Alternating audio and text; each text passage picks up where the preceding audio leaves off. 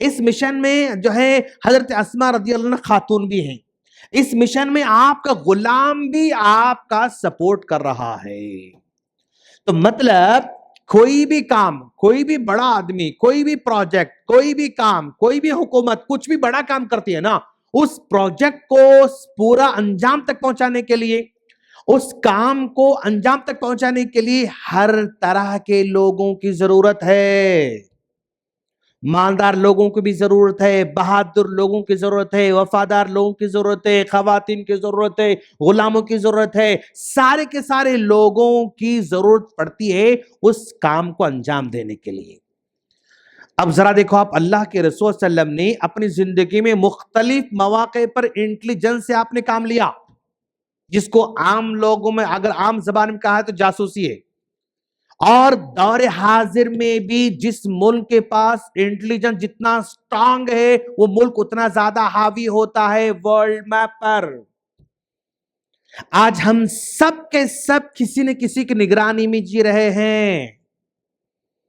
آج ایک ملک جس کے پاس انٹیلیجنس سٹرونگ ہے وہ ملک کے حالات کو بدل سکتا ہے، الٹ پلٹ کر سکتا ہے. اے آئی کے ذریعے اس ملک میں کیا ہو رہا ہے وہ پوری رپورٹ اے آئی بنا کے اس کو لقمہ بنا کے پیش کر رہی ہے. یہاں کے نوجوان کیا پوسٹ کر رہے ہیں اس کو ریڈ کر کے رپورٹ مل رہی ہے. یہاں کے نوجوان کس چیز کو لائک کرتے ہیں وہ ریڈ کر کے اس کو رپورٹ دے رہی ہے. یہاں کے لوگ کیا شیئر کرتے ہیں یہاں رپورٹ مل رہی ہے. یہاں کے لوگ کیا کمنٹس کرتے ہیں اس کو رپورٹ مل رہی ہے.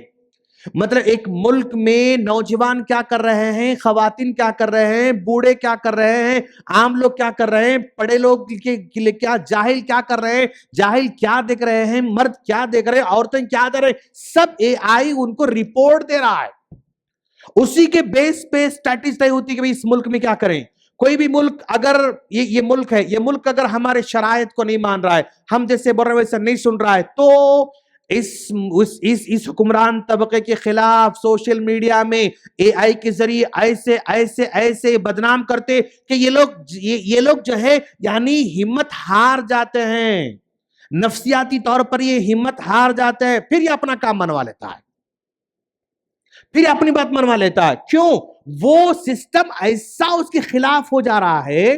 مشین کا سسٹم ایسی مشین جو ہے اس کو ہمارے اس طبقے کے خلاف پروپیگنڈا کرتی، انہیں سمجھتا کرے بھائی اتنی پبلک ہمارے خلاف ہے، اتنی پبلک ہمارے خلاف ہے، اتنی پبلک ہمارے اگینسٹ ہے. یہ تصور دلا سکتا ہے انٹیلیجنس والا. آج ہم کوئی بھی ایپ انسٹال کر رہے ہیں اس کو ہم جو ہے یعنی پرمیشن دے رہے ہیں، کیمرے کی پرمیشن دے رہے ہیں، مائکروفون کی پرمیشن دے رہے ہیں، لوکیشن کی پرمیشن دے رہے ہیں. یہ سب کی سب پرمیشن ہم دے رہے ہیں تو ہماری ہر چیز کو وہ سن سکتا ہے، ریکارڈ کر سکتا ہے. ہم جہاں بھی جا رہے ہیں سب کچھ ریکارڈ ہو رہا ہے. ہمارے نوجوان کہاں جاتے ہیں، ہمارے بچے کیا کرتے ہیں، ہمارے عورتیں کیا کرتے ہیں، بڑے کیا کرتے ہیں، سب کچھ یعنی وہ اے آئی کے ذریعے وہ کور کر کے یعنی قابض کر سکتا ہے آج کے دور میں بھی. تو انٹیلیجنس کا سسٹم اللہ کے رسول صلی اللہ علیہ وسلم نے ہجرت کے موقع پر آپ نے استعمال کیا، اور وہی سسٹم آج دنیا میں ہر جگہ لوگوں کے ذریعے جاسوسی ہوتی ہے، سیٹلائٹ کے ذریعے جاسوسی ہوتی ہے، فون کے ذریعے جاسوسی ہوتی ہے، ڈرون کے ذریعے جاسوسی ہوتی ہے، اے کے ذریعے جاسوسی، ہر طرح کی چیزیں کو آج اکٹھا کر کے وہاں سے فیصلے کیے جا رہے ہیں. اللہ کے رسول صلی اللہ علیہ وسلم جب یہ ہجرت کرنے چاہ رہے ہیں آپ نے پلاننگ بنائی، آپ نے تدبیر کی، ذمہ داری سونپی، آپ یہ کرنا ہے، آپ یہ کرنا ہے، آپ یہ کرنا ہے، آپ یہ کرنا ہے، اور برابر وہ ذمہ داری نبھا رہے ہیں. اور 3 دن تک وہاں پر آپ قیام کر رہے ہیں. جب یہ مشکل بڑھ جاتی ہے نا تو ہمیں اللہ کا رسول خاموش بیٹھ گئے 3 دن تک غار میں. اس کا مطلب یہ ہے جب اگر کوئی ہمارے خلاف بہت ہوا بھڑک رہی ہے تو آپ خاموش ہو جانا، سٹاپ، پارک، رک جاؤ. یہ جو اچھل رہا نا یہ تھمنے والا ہے. خلاف جو آج پروپیگنڈا وہ تھمنے والا ہے. اللہ کے رسول آپ غار میں 3 دن قیام کر کے بتانا چاہتے ہیں کہ اگر کوئی آپ کے خلاف بہت ہی پروپیگنڈا پھیلا رہا ہے تو آپ ہر پروپیگنڈا کا جواب نہیں دینا، تھوڑا رک جاؤ، سٹاپ، خاموش ہو جاؤ، یہ تھمنے والا ہے.